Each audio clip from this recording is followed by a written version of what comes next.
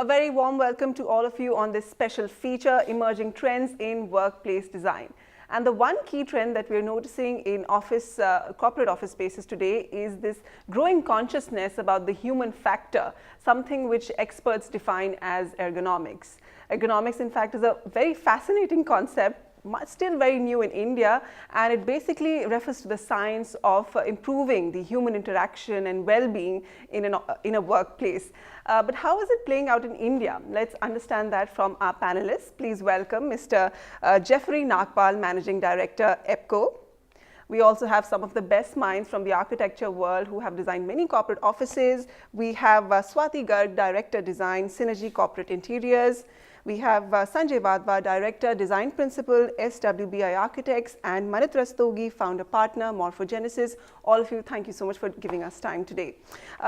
So we could not be sitting in a better location than this Herman Miller Design Center. We know Herman Miller is known for its ergonomically designed chairs, but ergonomics is much more than just a good, healthy chair, right, Mr. Nagpal? It's a lot to do with the emotional and the physical aspects of how a workplace is designed.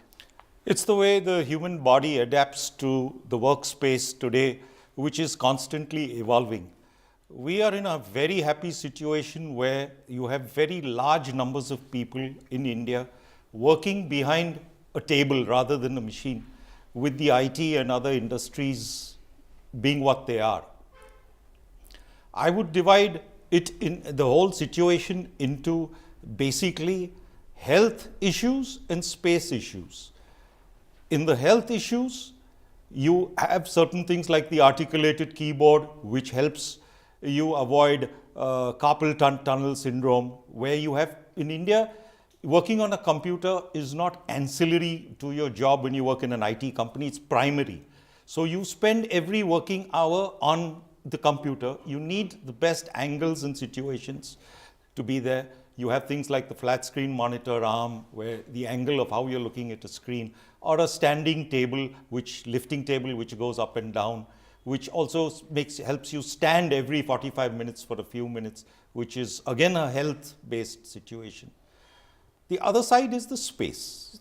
The tables are becoming smaller. When you have a flat screen monitor arm where is off the table, say on a wall, or you have an articulated keyboard under the table, your whole workspace is available to the person. So these are the trends which are coming today, and happily so, we cater to them with the volumes being what they are, where models can be changed, costs can be amortized, and things can be done regularly. Right.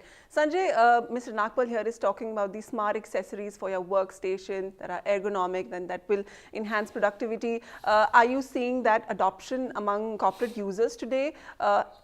Is there growing consciousness about developing an office space that not only nurtures the physical but the emotional, mental aspect of their employees? Oh, absolutely. And further to what Jeffrey Nagpal was mentioning, the ergonomics is not just limited to what I say anthropometrics, where it is the body dimension, the size, the weight, and the overall. Ergonomics goes beyond anthropometrics in terms of overall realm of well-being of an office worker, which means it takes care. It sort of takes care of the psychological aspects. It takes care of all other well-being aspects of natural light, ability to perform better. And as they say, the healthy worker and a happy worker is the most productive worker. So effectively, ergonomics, well-being translates to bottom line profit enhancement. And it's no more an option, it's a norm, it's a rule. Manit, what are you seeing? What kind of trends are you seeing? What are corporate users asking for their employees? In what way are they trying to communicate that, yes, we value you, we value your contribution? How are they changing their workplace strategy? Well, the push is coming from two sides. One is coming from the fact that the workplace itself is getting disrupted.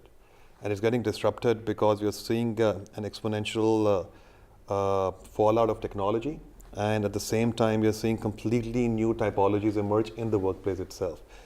So what once was the contraction of workspace into smaller and smaller workstations, as rightfully Mr. Nagpal was saying, we are in fact seeing a reverse trend. We're saying take the workstation out of the business. Why can't we work across a bar counter? Why can't we work across in environments that are far more agile to the way the human body is? So what we are seeing is that dependent on the kind of work you're looking at, whether it's a meeting, whether you're talking, whether it's a phone call, it's a discussion, it's brainstorming, change the body position.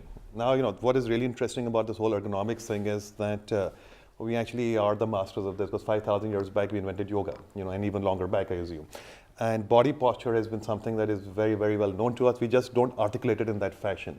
Yes. Now, what you are seeing in the modern day workplace is that the new agile workplace allows for all those body positions to come into play. So that's on one side. On the second side, I'll take up from where Sanjay said, the notion of well-being.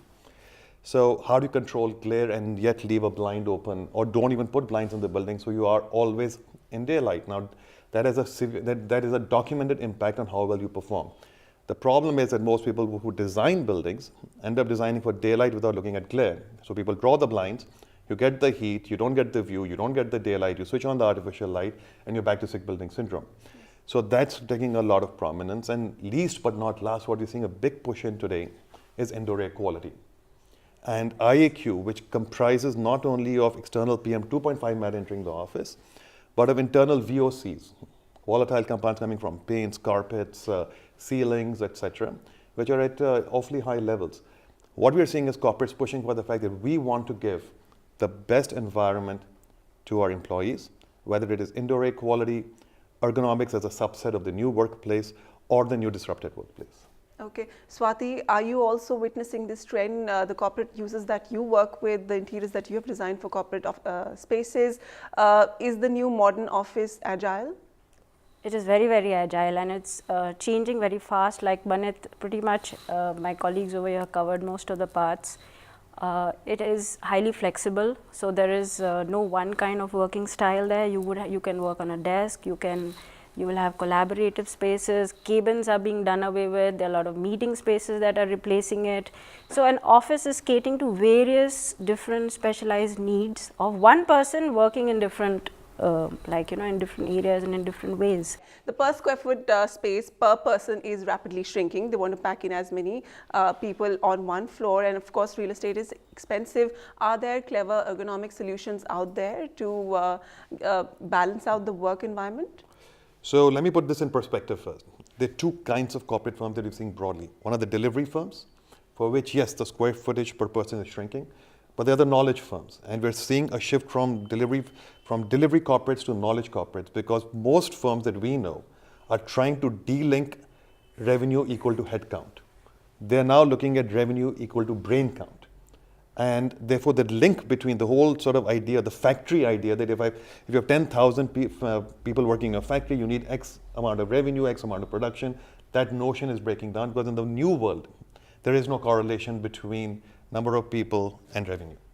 Right. Okay, and that transference is happening even in the sectors which were the old world IT sectors as well. Now, that puts forward a very, very interesting notion that how do you then think about square footage per person? Or do you start thinking about amount of delivery per square footage? And therefore, what is that relationship? So the metrics have changed. So I don't think it's fair to say that space per person is being reduced. I think it's fair to say that the new workplace is looking at how to get far greater efficiencies by allowing for people to interconnect irrespective of the amount of square footage per person, so to speak, because human beings are no more a commodity. Then it's not a machine, it's not 50 computers, hence that much output. But our corporate users, do they have that mindset today that they're not a commodity? They're being pushed into that position. Maybe some are doing it by choice. Some are doing it because they are being pushed into that position. Like I said, we have reached that unique point in time where across the board, across the world, most corporates are having to transform their business models. And what about India? India is absolutely globally linked into that. It is linked to that. I mean, we are right now, there used to be a notion that, at a gross level, it used to be 10 square meters per person, right? That's NBC. But then we knew that call centers were operating at a far lower level than that. We knew corporates were operating at a far higher level than that. But what we are seeing right now is that space is completely variable within the same office. And the same person is moving in agility, right? And it's being designed for that. So CEOs are coming onto the normal workstation floor. Big More rooms open are spaces. disappearing. Yeah. Spaces are becoming open. But people who have a lot of voice interaction are ending up inside cabins. So, you may be someone really junior, you will end up in a larger room because you need sound privacy. So function is now pushing usage. So ergonomics, like I said, in some senses becomes a subset to that. Function is driving everything. Eventually a time will come, very, very soon, and not that far away in the future, where the 9 to 5 will be broken. Where did the 9 to 5 come from? Time. Time is a notion of being remunerated. But in the new world, that's completely irrelevant. So work and the function of work will take priority. The concepts of free address seating is very important. So it is not, nobody's now chained to a desk 9 to 5. You don't have to just, your work does not, contrary to what you mentioned earlier, that there is a certain set of organizations who are completely delivery oriented, where the people come and work on the desk from 9 to 5 on a shift to shift basis. But essentially, an office worker performs various tasks during the 8 to 10 hours of his time in the office, be it in the meetings, be it everywhere else, collaboration and so on. And the same amount of work gets done, not necessarily sitting on the workstation. So, we don't find that as a challenge, though India is a very price sensitive market. We tend to follow a lot of standards which our clients from European and American corporates do give us. We have to produce projects which are faster.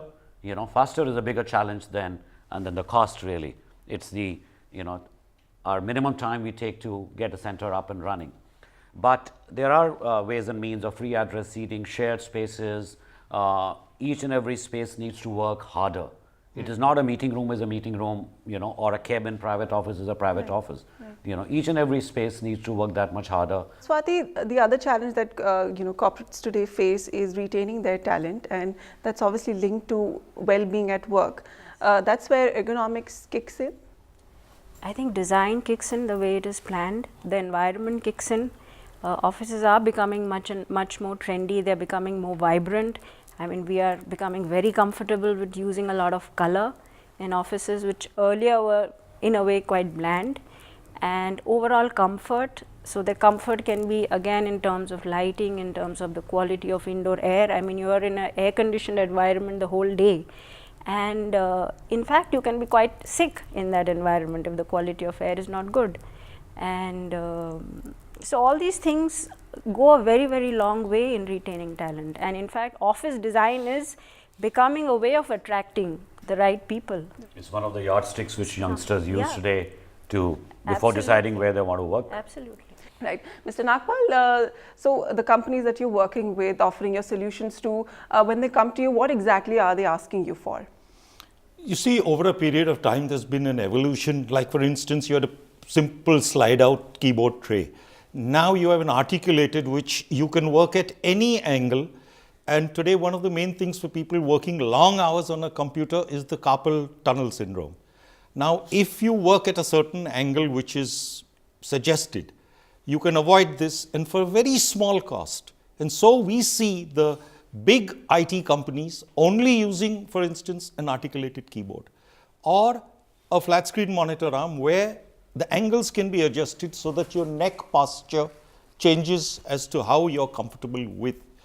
Even the lifting tables today enable you, it may be your working table or it may be even a meeting room table where you have different heights. So you stand for, in every 45 minutes it's recommended that you stand for 5 minutes to avoid, varicose veins and other things. So all these are coming in now, and everything is working towards a better health, because a happy employee is a regular employee and a reliable employee.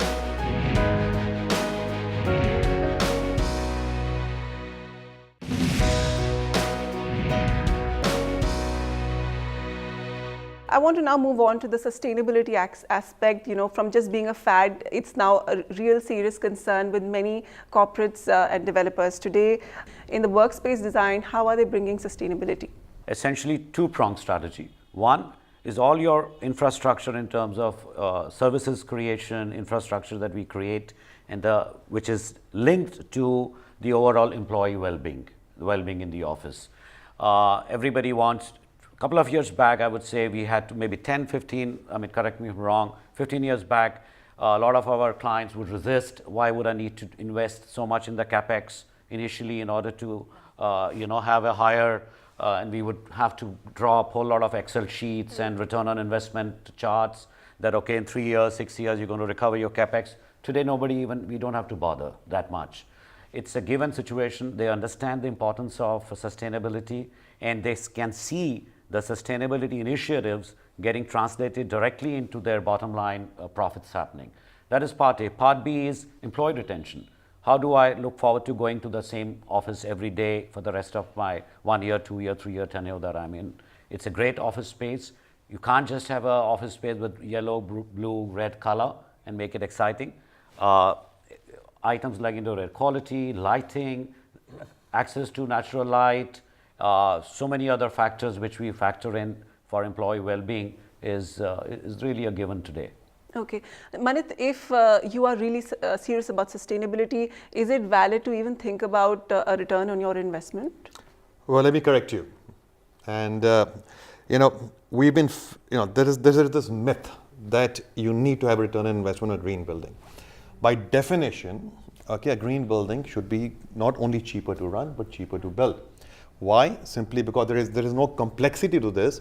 If it's cheaper to run, you're using lesser air conditioning, you're using lesser artificial lighting, therefore you're installing less. If you're installing lesser, it should have costed you lesser to begin with. Okay, so that's one. Now, this we've demonstrated time and again, and it's just a myth that has been carrying on for a very, very long time. There is no return on investment. It's a win-win. It's cheaper to build and it's cheaper to run, period. Let's get that out of the way. And I've said this time and again, we've got the metrics to prove it. We've discussed around this, and it's a very Western idea that because the point about it is that you first create a big problem. So you put up a glass tower in the middle of a desert, and then you go about trying to make it green, and therefore you have a return on investment. On the flip side, the way we say is you look at the pyramid. So you first start by creating a microclimate, cool your site down. That's very simple: trees, orientation, evaporative cooling, etc. You can create a 10-degree reduction in perceptible temperature on site before you even get to the building. Now, when you get to the building, we are saying that you look at an 80% reduction, 75 to 80% reduction in energy consumption from green building standards, not from general benchmarks. So, for example, the green benchmark standard by GRIA or other rating systems is 140 kilowatt hours per square meter per year for an office building. We have consistently designed buildings between 25 and 40, 75 to 80% lower. Right. It's very simple. You design the fabric correctly. It's not rocket science. You go with passive design. You get your orientations correct. You block out the sun. You cut out the glare. You get the daylight, 90 to 100% daylighting. And you design the building fabric so that you're operating not at 200 square feet per ton of air conditioning, but at close to 600 to 700. So 1/3 to 1/4 amount of air conditioning goes into the building. That again has been done. It's nothing, these are all and proven. India has known green sustainable design Forever. for centuries. Yeah, for thousands of years. Yeah. And this is, it's inbuilt in our. The point is that we start from the wrong end of the stick. We have got into this habit as coconuts, brown on the outside, white on the inside. We copy architectures which are not relevant to our context. Climate. Then we go about making them green. Yeah. Hence the whole portion of RI.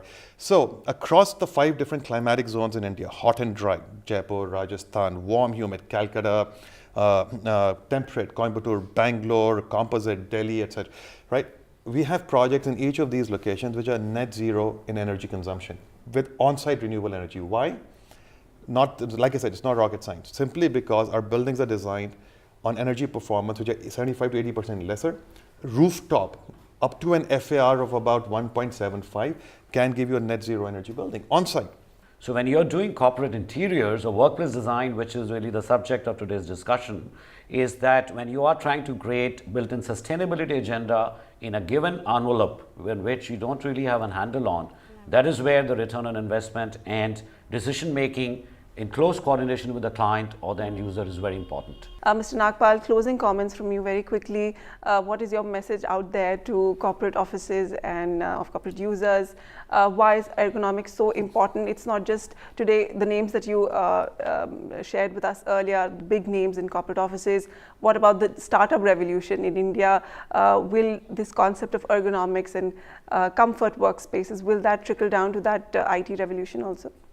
You see, once the bigger companies start using with a plan certain products, the smaller companies follow. But there is an evolution which is a constant in office interiors. For instance, cables now. Cables are looked upon more closely.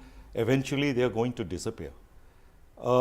Simple locking systems where everybody had a key. In huge offices, keys used to get lost, master key. It went to a master key system. Now we've got a numerical 4-digit lock, which people are finding very suitable. So these are very basic, simple steps which are going towards, a more comfortable, everyday, practical use of an office space. So businesses today are realizing how powerful thoughtful design can be in enhancing the productivity of their employees and winning their trust and loyalty.